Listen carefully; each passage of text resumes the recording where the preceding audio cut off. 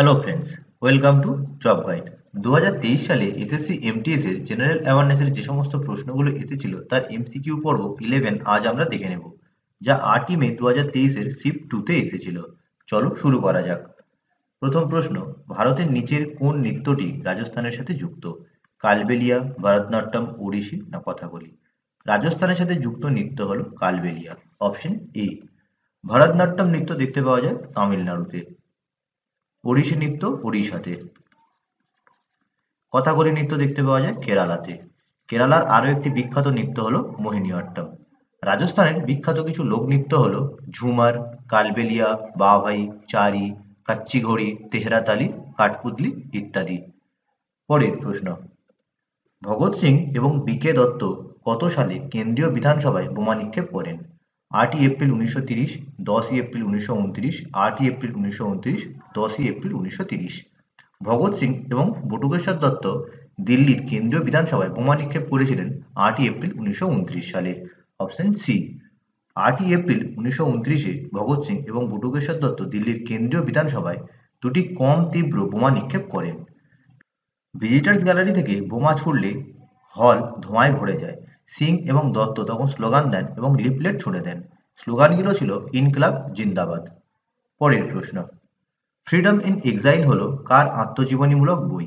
Jawaharlal Nehru, Mahatma Gandhi, J B Kripalani, Dalai Lama? Freedom in Exile এটি দলাই লামার আত্মজীবনী। Option D.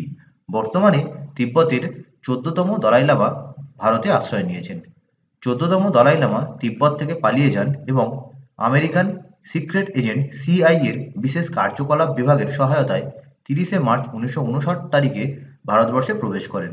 দলাই লামা এবং তার দলবল 3 সপ্তাহ পরে ভারতীয় সীমান্তে পৌঁছে ভারতীয় রক্ষীরা তাকে অরুণাচল প্রদেশের বোমডিলায় নিয়ে যান। পরবর্তীকালে 31শে মার্চ 1959 তারিখে দলাই লামা ভারতে তার স্থায়ী নির্বাসন শুরু করেন এবং ধর্মশালায় বসতি স্থাপন করেছেন। পরের প্রশ্ন, নিচের কোনটিকে সেরিকালচার বলা হয়? আঙুরের চাষ, ফলের বৃদ্ধি, মাছের প্রজনন না রেশম কীট বাণিজ্যিকভাবে পালন? সেরিকালচার বলা হয় রেশম কীট পালনকে। Option D. আঙুরের চাষকে বলা হয় ভিটিকালচার। ফলের চাষকে বলা হয় পোমোলজি। আর মাছের প্রজননকে বলা হয় পিসিকালচার। পরের প্রশ্ন, 2011 সালের আদমশুমারি অনুযায়ী নিম্নলিখিতদের মধ্যে কোন রাজ্যের লিঙ্গ অনুপাত সবচেয়ে কম? হরিয়ানা, বিহার, সিকিম না ঝাড়খণ্ড? লিঙ্গ অনুপাত অর্থাৎ প্রতি 1000 জন পুরুষে কতজন মহিলা বাস করেন? 2011 সালে শেষ সেন্সাস বা আদমশুমারি হয়েছিল। সেখানে দেখা গিয়েছিল লিঙ্গ অনুপাত সবচেয়ে কম হরিয়ানায়। সেখানে প্রতি 1000 জন পুরুষে 879 জন মহিলা বাস করেন। এবং লিঙ্গ অনুপাত সবচেয়ে বেশি কেরালাতে। সেখানে প্রতি 1000 জন পুরুষে 1084 জন মহিলা বাস করেন, যেখানে পুরো ভারতবর্ষের লিঙ্গ অনুপাত হল 943। উৎপাদিত পণ্য পরিষেবার বার্ষিক মূল্য গণনা করার জন্য ব্যবহৃত পণ্য পদ্ধতিকে কি বলা হয়?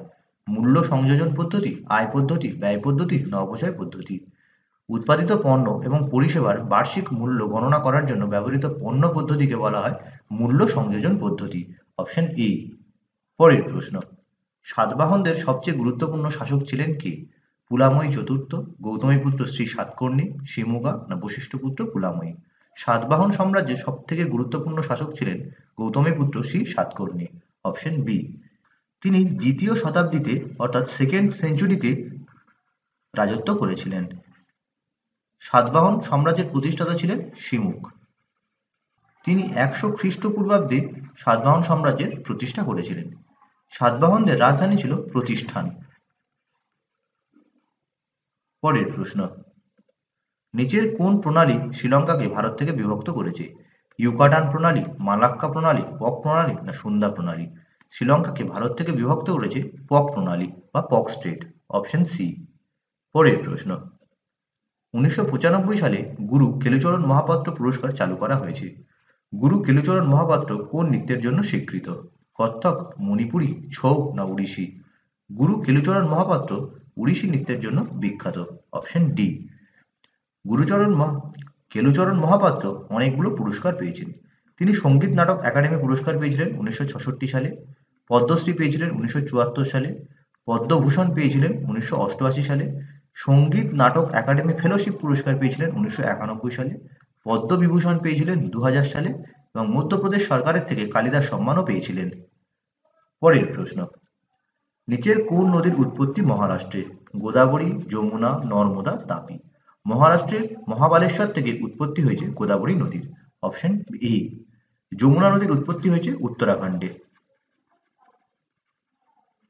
এবং নর্মদা ও তাপি নদীর উৎপত্তি হয়েছে মধ্যপ্রদেশে।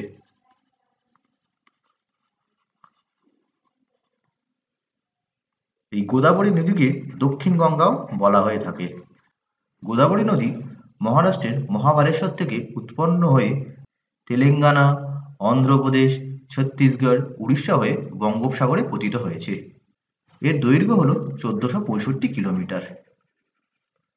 পরের প্রশ্ন, চেঙ্গিস খানের অধীনে মঙ্গোলরা কোন সালে উত্তর পূর্ব ইরানের ট্রানজাকসানিয়া আক্রমণ করে? 1219, 1212, 1230 না 1227? চেঙ্গিস খানের অধীনে মঙ্গোলরা উত্তর পূর্ব ইরানের ট্রানজাকসানিয়া আক্রমণ করেছিল 1219 সালে। Option A. চেঙ্গিস খান মঙ্গোলিয়ায় মোগল সাম্রাজ্যের প্রতিষ্ঠা করেছিল 1206 খ্রিস্টাব্দে। এরপরে তারা 1214তে চীন আক্রমণ করে, 1218তে মধ্য এশিয়া আক্রমণ করে এবং 1219 সালে ইরানের ট্রানজাকসানিয়া আক্রমণ করে। এই ট্রানজাকসানিয়া হলো মধ্য এশিয়ার ঠিক নিচের জায়গাটা, যেখানে বর্তমানে উজবেকিস্তান, তাজিকিস্তান, কাজাখস্তান এবং তুর্কমেনিস্তান অবস্থিত। এরপরে 1221 খ্রিস্টাব্দে চেঙ্গিস খানের নেতৃত্বে মুঘলরা ভারত আক্রমণ করে এবং চেঙ্গিস খান 1227 খ্রিস্টাব্দে মারা যান। পরের প্রশ্ন, পৃথিবীর বৃহত্তম মহাদেশ কোনটি? উত্তর আমেরিকা, আফ্রিকা, দক্ষিণ আমেরিকা না এশিয়া? পৃথিবীর বৃহত্তম মহাদেশ এশিয়া। Option D. পৃথিবীর ভূপৃষ্ঠের প্রায় 30% এরিয়া এশিয়া মহাদেশ দখল করে রয়েছে।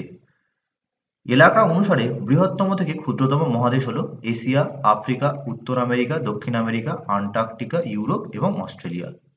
পরের প্রশ্ন, স্ট্যান্ড আপ ইন্ডিয়া স্কিমের লক্ষ্য ভারতের কোন সম্প্রদায়ের উদ্যোক্তাদের সমর্থন করা? দারিদ্র্যসীমার নিচে, নির্মাণ শ্রমিক, তপশিলি জাতি না ব্যবসায়ী ব্যক্তি? স্ট্যান্ড আপ ইন্ডিয়া স্কিম হলো একটি সরকারি উদ্যোগ যা প্রধানমন্ত্রী নরেন্দ্র মোদী 5ই এপ্রিল 2016 চালু করেছিলেন। এই স্কিমের লক্ষ্য ছিল তপশিলি জাতি, তপশিলি উপজাতি এবং মহিলা সম্প্রদায়ের লোকেদের ঋণ প্রদানের মাধ্যমে উদ্যোক্তা এবং কর্মসংস্থান সৃষ্টি করা। তাহলে এখানে উত্তর হবে তপশিলি জাতি। Option C. পরের প্রশ্ন, 1568 সালে আকবরের হাতে চিতোরের পতনের পর উদয়পুর কার দ্বারা প্রতিষ্ঠিত হয়েছিল? সবাই জয় সিং, রাজা ভারমল, মান সিং না রাণা উদয় সিং? উদয়পুর প্রতিষ্ঠিত হয়েছিল রাণা উদয় সিং এর হাত ধরে। Option D. পরের প্রশ্ন, ভারতীয় সংবিধানের কোন অনুচ্ছেদটি ধর্মের বিষয়ে তার নিজস্ব বিষয়গুলি পরিচালনা করার স্বাধীনতা প্রদান করে? আর্টিকেল 30, আর্টিকেল 5, আর্টিকেল 26 না আর্টিকেল 210? ধর্মের বিষয়ে তার নিজস্ব বিষয়গুলি পরিচালনা করার সিদ্ধান্ত আর্টিকেল 26-এ রয়েছে। Option C. 25 থেকে 28-এ ধর্মীয় স্বাধীনতার কথা বলা রয়েছে, যেখানে আর্টিকেল 25 বলছে বিবেকের ধর্মীয় স্বাধীনতা, পেশা, অনুশীলন এবং প্রচারের স্বাধীনতা। আর্টিকেল 26-এও রয়েছে ধর্মীয় সম্পর্ক ব্যবস্থাপনার স্বাধীনতা। আর্টিকেল 27-এ রয়েছে রাজ্যকে কোনো নির্দিষ্ট ধর্মের প্রচার বা রক্ষণাবেক্ষণের জন্য কোনো ব্যক্তিকে কর দিতে বাধ্য করা থেকে নিষিদ্ধ করা। এবং আর্টিকেল 28-এ রয়েছে কোনো শিক্ষা প্রতিষ্ঠানে কোনো ধর্মীয় নির্দেশ দেওয়া যাবে না যা সম্পূর্ণরূপে রাষ্ট্রীয় তহবিল দ্বারা পরিচালিত হয়। পরের প্রশ্ন, ভারতের সংবিধান ব্যাখ্যা করার ক্ষমতা কার রয়েছে? শুধুমাত্র সুপ্রিম কোর্ট, শুধুমাত্র উচ্চ আদালত, সুপ্রিম কোর্ট ও হাইকোর্ট উভয়ই, ভারতের রাষ্ট্রপতি? ভারতের সংবিধান ব্যাখ্যা করার ক্ষমতা রয়েছে শুধুমাত্র সুপ্রিম কোর্টের। Option A. পরের প্রশ্ন, অম্বুবাচী মেলা কোন স্থানে অনুষ্ঠিত হয়? পাটনা, লখনৌ, পুনে, গুয়াহাটি? অম্বুবাচী মেলা এটি আসামের গুয়াহাটিতে পালিত হয়। Option D. অম্বুবাচী মেলা হলো আসামের গুয়াহাটির কামাখ্যা মন্দিরে অনুষ্ঠিত একটি বার্ষিক হিন্দু উৎসব। এটি বর্ষা ঋতুতে ঘটে, অর্থাৎ জুন মাসের মাঝামাঝি সময়ে। পরের প্রশ্ন, নিচের কোনটি কৃত্রিম মিষ্টি? Saccharin, glucose, lactamase, sodium benzoate? কৃত্রিম মিষ্টি হলো স্যাকারিন। Option A. পরের প্রশ্ন, কোন বিখ্যাত ভারতীয় ক্রীড়াবিদকে ক্যাপ্টেন কুল নামে ডাকা হয়? মহেন্দ্র সিং ধোনি, মেজর ধ্যানচাঁদ, মিলখা সিং না রোহিত শর্মা? ক্যাপ্টেন কুল নামে পরিচিত মহেন্দ্র সিং ধোনি, অপশন ই। পরের প্রশ্ন, সতীদাহ প্রথা কবে ভারতে নিষিদ্ধ করা হয়েছিল? 1829, 1857, 1847 না 1819? সতীদাহ প্রথা ভারতে নিষিদ্ধ করা হয়েছিল 1829 সালে, অপশন এ। এবং এর মূল কারিগর ছিলেন রাজা রামমোহন রায়, এবং এটিকে নিষিদ্ধ করেছিলেন লর্ড উইলিয়াম বেন্টিঙ্ক। পরের প্রশ্ন, নিচের কোন উপাদানটি বিদ্যুতের পরিবাহী? সিলভার অর্থাৎ রূপা, গ্লাস অর্থাৎ কাঁচ, মাইকা না ইবোনাইট? বিদ্যুতের পরিবাহী হলো রূপা বা সিলভার, অপশন ই। পরের প্রশ্ন, 2022 সালের হিসেবে কোন ভারতীয় সঙ্গীত শিল্পী সবচেয়ে বেশি সংখ্যক অস্কার পুরস্কার পেয়েছেন? আশা ভোসলে, গুলজার, এ আর রহমান না লতা মঙ্গেশকর? সব থেকে বেশি সংখ্যক অস্কার পুরস্কার পেয়েছেন এ আর রহমান, অপশন সি। তিনি 2009 সালে দুটি বিভাগে অস্কার পেয়েছিলেন, বেস্ট অরিজিনাল স্কোর এবং বেস্ট অরিজিনাল সং। তিনি স্ল্যামডগ মিলেনিয়ারের গানের নির্দেশনা দিয়েছিলেন, এবং সেখানে একটি গান ছিল জয় হো, সেই গানটির জন্য তিনি দুটো পুরস্কার পেয়েছিলেন। পরের প্রশ্ন, মানবদেহের নিচের কোন অঙ্গগুলি নিউমোনিয়া রোগে সবচেয়ে বেশি আক্রান্ত হয়? কিডনি, মূত্রথলি, হার্ট না ফুসফুস? নিউমোনিয়া রোগে সবথেকে বেশি আক্রান্ত হয় লাংস অর্থাৎ ফুসফুস, অপশন ডি। পরের প্রশ্ন, একটি ফুটবল দলে কতজন মাঠের খেলোয়াড় থাকে? 11 জন, 14 জন, 12 জন না 13 জন? ফুটবল খেলায় প্রতিটি দলের 11 জন করে মাঠে থাকে, অপশন এ। তাহলে আজ এই পর্যন্তই, দেখা হবে পরের ভিডিওতে। ভিডিওটি ভালো লাগলে অবশ্যই লাইক করো, শেয়ার করো এবং পরবর্তী আপডেটের জন্য চ্যানেলটিকে সাবস্ক্রাইব করতে ভুলো না।